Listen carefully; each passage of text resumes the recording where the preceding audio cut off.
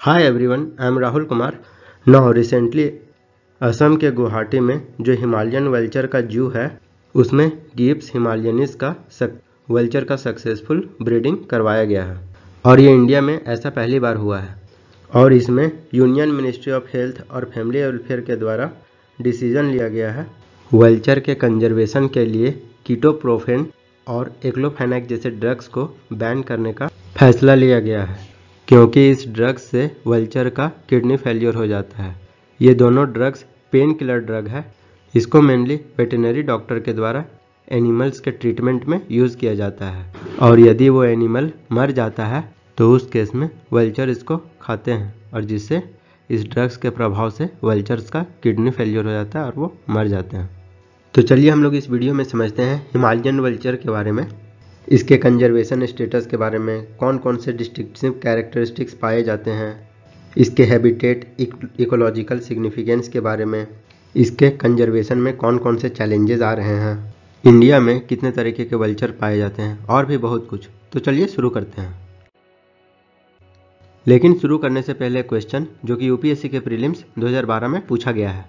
Vulture जो कि India में बहुत ही कॉमनली पाए जाते हैं, लेकिन कुछ सालों से देखा जा रहा है कि वल्चर अब कभी ही कभार दिखाया जाता है। तो बताना है वल्चर के कम होने में इनमें से कौन सा रीज़न है। इसका सही आंसर आप कमेंट सेक्शन में दें। सही आंसर मिलेगा आपको वीडियो के एंड में। तो चलिए टॉपिक को शुरू करते हैं। सबसे पहले हम लोग देखते हैं की highlights of the Himalayan vulture. तो इसका कंजर्वेशन स्टेटस का बात किया जाए तो ये IUCN के रेड लिस्ट में आता है और इसको नियर थ्रेटेंड के कैटेगरी में डाला गया है। वहीं साइट्स का बात करें, conservation on international trade in endangered species of wild life flora and fauna, इसको अपेंडिक्स 2 में रखा गया है। चलिए अब हम लोग बात करते हैं हिमालयन वल्चर के डिस्टिंक्टिव कैरेक्टरिस्टिक्स के। हिमालयन वल्चर दुनिया का लार्जेस्ट ओल्ड वल्चर स्पीसीज में गिना जाता है। जब ये अपना पंख फैलाता है तो बहुत ही भयावह देखने में लगता है। इसके पंख का बात करें तो इसमें ब्लैक ब्राउन कलर का शेड्स पाए जाते हैं जो कि इसको रग्ड माउंटेन टेरेन में भी बचाए रखता है। इस वल्चर का जो पावरफुल हुक्ड बैक है और कीन आई साइट है वो इस वल्चर को प्रोफिशिएंट स्कैवेंजर बनाता है और ये इकोसिस्टम में पड़े हुए कैरियन को सड़े गले मांस को साफ करने का काम करता है। चलिए बात करते हैं इस वल्चर के हैबिटेट के बारे में और इसका रेंज। ये हिमालयन माउंटेन रेंज के टावरिंग पीक और वैलीज में पाया जाता है और ये विंटर में माइग्रेट करके इंडियन प्लेन्स में चला आता है। इसका रेंज का बात करें तो इसको सेवरल कंट्रीज में देखा जा सकता है, जैसे कि इंडिया, नेपाल, भूटान और चाइना। यहाँ पे चैलेंजिंग हाई एल्टीट्यूड इन्वायरमेंट में भी वो अपने आप को जिंदा रख पाता है। चलिए अब इसमें देखते हैं, बात करते हैं इसके इकोलॉजिकल सिग्निफिकेंस की। तो ये इकोलॉजिकल पिरामिड के टॉप प्रीडेटर में आते हैं। कहने का मतलब ये डेड एनिमल को खाते हैं, इसीलिए इनको स्कैवेंजर भी कहा जाता है।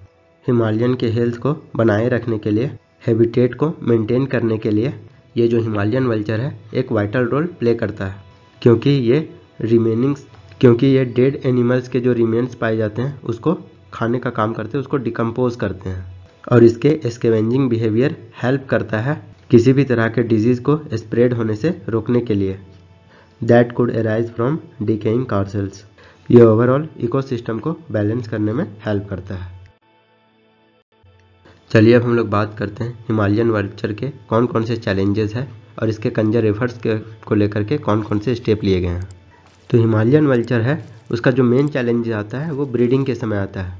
जो माउंटेन है वो स्नो से कवर रहता है, तो वहाँ पे नेचुरल ब्रीडिंग हो पाना एक वल्चर के लिए चैलेंजिंग टास्क बन जाता है। और जू में सक्सेसफुल ब्रीडिंग करवाना तभी पॉसिबल हो पाता है जब वहाँ पे लंबे समय तक उसको पकड़ के रखा जाए और वो ट्रॉपिकल इन्वायरमेंट के क्लाइमेट को एडॉप्ट कर ले।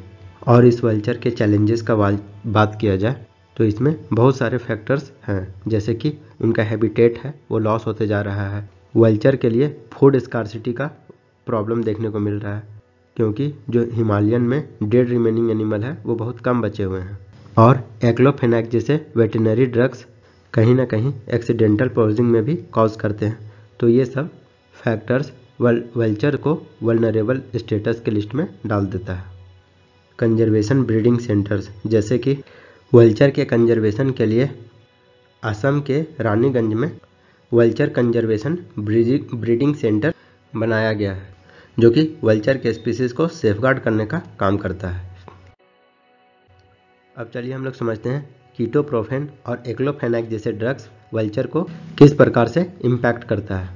तो इस ड्रग्स को प्रिस्क्राइब्ड किया जाता है फॉर आर्थराइटिस, जैसे गठिया जैसे रोग हो गया, इंजुरीज हो गया, और कोई पोस्ट सर्जरी के दौरान पेन हो रहा है तो उसमें ये कीटोप्रोफेन और एक्लोफेनैक ड्रग्स को प्रिस्क्राइब किया जाता है।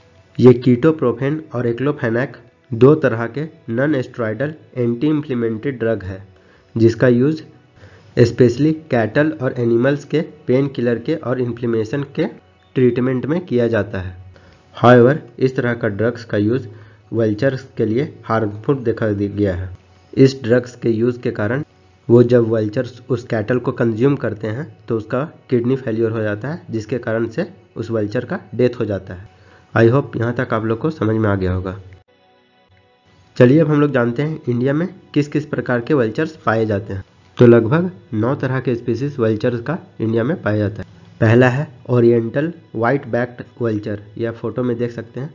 इसका अगर IUCN का स्टेटस का बात करें तो ये क्रिटिकली इंडेंजर्ड में रखा गया है। क्रिटिकली इंडेंजर्ड कहने का मतलब अगर इसको कंजर्व नहीं किया गया तो ये कुछ साल बाद एक्सटिंक्ट हो जाएगा। सेकेंड है सेल्डर बेल्ट वल्चर, इसको क्रिटिकली इंडेंजर्ड की कैटेगरी में रखा गया है। थर्ड है लॉन्ग विल्ड वल्चर, इसको क्रिटिकली इंडेंजर्ड की कैटेगरी में रखा गया, यह पिक्चर में देख सकते हैं।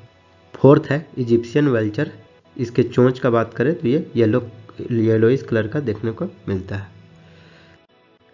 फिफ्थ है रेड हेडेड वल्चर, इसका जो गर्दन में हेड होता है वो लाल कलर का होता है, इसको भी क्रिटिकली इंडेंजर्ड के केस में IUCN के लिस्ट में रखा गया है।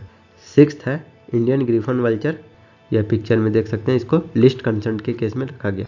सेवेंथ है हिमालयन ग्रिफन, इसको नियर थ्रेटेंड के कैटेगरी में रखा गया है। इसी के बारे में अभी हम लोग डिटेल से बात कर रहे थे। ये देख सकते हैं इसके विंग्स को, ये ब्राउन ब्लैक में देखने को मिलता है। एट्थ है सिनेरियस वल्चर, सिनेरियस वल्चर्स कुछ इस तरह का देखने को मिलता है, इसको IUCN के नियर थ्रेटेंड कैटेगरी में रखा गया है। और नाइन्थ है ब्रेडेड वल्चर, इसका दाढ़ी जैसा शेप होने के कारण इसको ब्लेडेड वल्चर नाम दिया गया है, इसको नियर थ्रेटेंड में रखा गया है। तो चलिए आते हैं अपने क्वेश्चन की ओर। तो कंट्री में वल्चर बहुत ही रेयरली क्यों देखे जा रहे हैं? तो इसका मेन कारण है बी, कीटोप्रोफेन और एक्लोफेनैक जैसे ड्रग्स केटल्स के ट्रीटमेंट में यूज किया जाता है, जिससे कि वल्चर का किडनी फेलियर के कारण डेथ हो जाता है। तो इसका सही आंसर है ऑप्शन बी। तो यदि आपको ये वीडियो अच्छा लगा हो तो लाइक करें, सब्सक्राइब करें और शेयर करें एंड थैंक्स फॉर वॉचिंग।